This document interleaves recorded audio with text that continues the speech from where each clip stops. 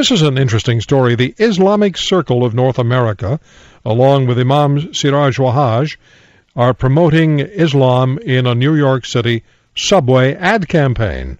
The campaign is designed to inform subway riders about Islam and dispel misconceptions. And with us is Imam Siraj Wahhaj and Azeem Khan, the Assistant Secretary General of the Islamic Circle of North America. Imam, good to have you on the show. Roy, thanks for having us. And Mr. Khan, good to speak with you. Thank you. Imam, let me start with you, and I have to get this out of the way. You were once listed by a U.S. prosecutor as an unindicted person who may have been an alleged co-conspirator in the 1993 terror attack on the World Trade Center. You provided testimony supporting Omar Abdel Rahman, the so-called blind sheikh, who was given a life sentence for his role in the World Trade Center plot in 1993. So let's deal with that first, because that's been the focus of a great deal of the U.S. coverage of the story. Okay, I think that's fair, but the problem that I'm having, Roy, is that almost I would have preferred to have been indicted rather than to be listed with 170 people unindicted who may have been alleged co-conspirators. And the reason I said that, if I had anything to do with the bombing of World Trade Center, of which I did not, which is crazy, then that means that they have suspected me. Then they should have had an investigation. And the problematic thing for me is that Mary Jo White, the district attorney, said that these people unindicted may be alleged co-conspirators. So I think she owes it to us to tell us what was the findings of that. And when anyone asks her a question, she always has no comment. And I don't think that's fair. I don't think it's fair that my name will continue 13 years later to still be associated with something I had absolutely nothing to do with. So charge me or absolve me completely. Exactly. But you know what happens? You know why I say that, Roy? Because if I'm charged, then I have a forum where I can show my innocence. But you know what, Imam? Right now, Roy, I have no forum that I can show that I'm not guilty of anything. I understand, and I hear you. But you know what the issue has been, and that is that you provided character testimony for Omar Abdel Rahman. Let me tell you something about that that's not fair. You got to remember, this is before he was convicted. And as a Muslim, then we are called upon to be witnesses. I was asked about him and his character as I knew it. I was honest and truthful in a court of law, and I said what not only me but many Muslims who had heard of this Sheikh Abdul Rahman had a great reputation among us. So what did I do? In a court of law, under the possibility of perjury, I said what I knew about him, and I spoke truthfully. So if you're going to hold that against me for the rest of my life, and it's just as if it's some how dare you be a character witness for that man? And whenever someone commits a crime, the first people they usually ask are the people in the community, in the neighborhood. Well, what do you know about this particular person? They asked me, and I told them, and I was forthright. Okay. Let's talk about the campaign itself. How did this come about? Mr. Khan, how did it come about? What was the genesis for it? Well, this is an information campaign started by the Islamic Circle of North America and our 877 Why Islam Hotline Project. And we've been doing ad campaigns throughout the country, whether it's on highway billboards or on bus ads. This is not the first time that we're using advertising to let people know about our hotline so they can call in and ask whatever questions they may have about Islam. So physically, what does the subway rider see? You're on the train, and you have the board in front of you, and it's telling you about Islam, and it's dispelling misconceptions. What does it look like? Well, there's a visual representation of many questions or key words that pop up in people's heads when they first think about Islam. So it's a black and white ad. It's very simplistic, and it's designed like that on purpose.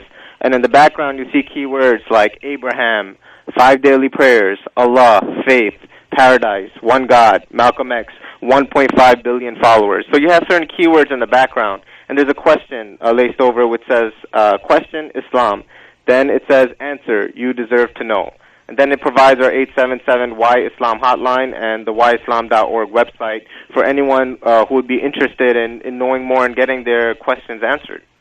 Hey, Mom, are Americans generally willing, the general population in the United States, generally willing to learn about Islam? I think they are, as long as that we don't have this, this fair campaign that's going on among some of the people. Americans are some of the most tolerant people on this earth. And we have good relationships with our neighbors, the politicians in our areas, law enforcement. In fact, we worked with the law enforcement to close down 15 drug houses on the block of our masjid some years ago.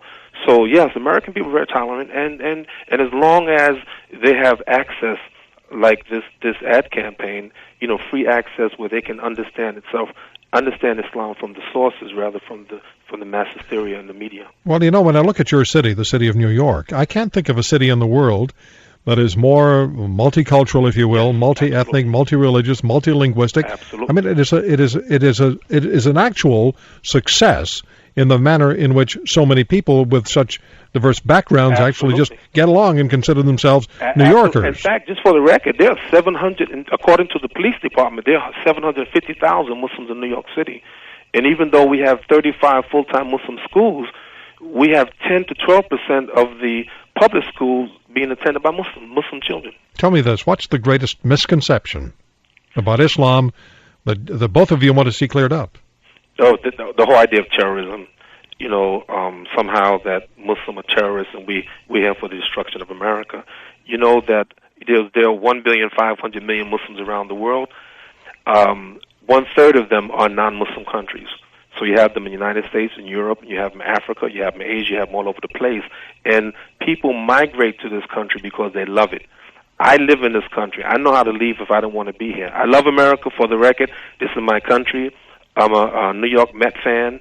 I play basketball. I played for my school, my university of New York University years ago. So we love this country, and we want to make this country better. Like everyone else, we want to make our contributions like Christians and Jews and Hindus and Buddhists and even non-religious people. Well, let me just quote Fox News. I just looked up a few things about you, and I think the ad campaign is very sensible. People need to know things, and sometimes you have to have something right in front of you to just understand what's going on.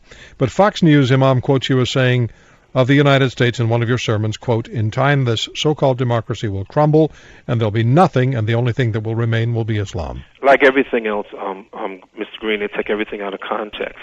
I said nothing more than any religious Christian who would say that one day that God's kingdom would rule on earth. In that context, not that we for the destruction of anything. We love the democracy, the great aspects of democracy, the government of the people, by the people, and for the people. But what we were saying in that context is that we believe that God is the great commander. For instance, in this country we're permitted to drink alcohol. That's fine. That's the law of man. But God's law, that is not permitted. So for us as Muslims, we wouldn't drink alcohol because it's not permitted, but because God gives the command. It's all about communication at the end of the day, isn't it? It's all about communication.